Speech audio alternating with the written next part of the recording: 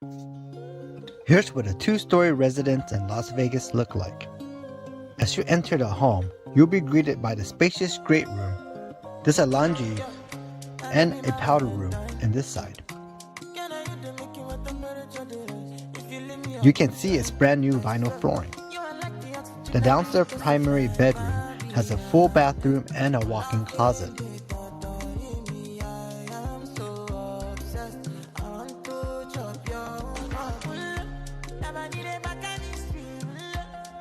The kitchen is located just off the great room and features tile flooring and stainless steel appliances.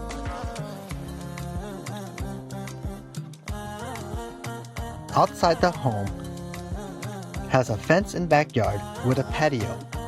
By the way, it also has a cozy loft, which is perfect for a home office or playroom.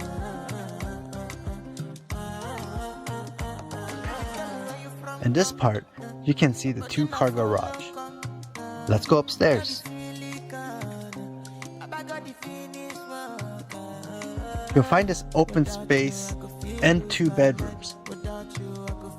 This is the first room upstairs, and here's the Jack and Jill bathroom to the third bedroom.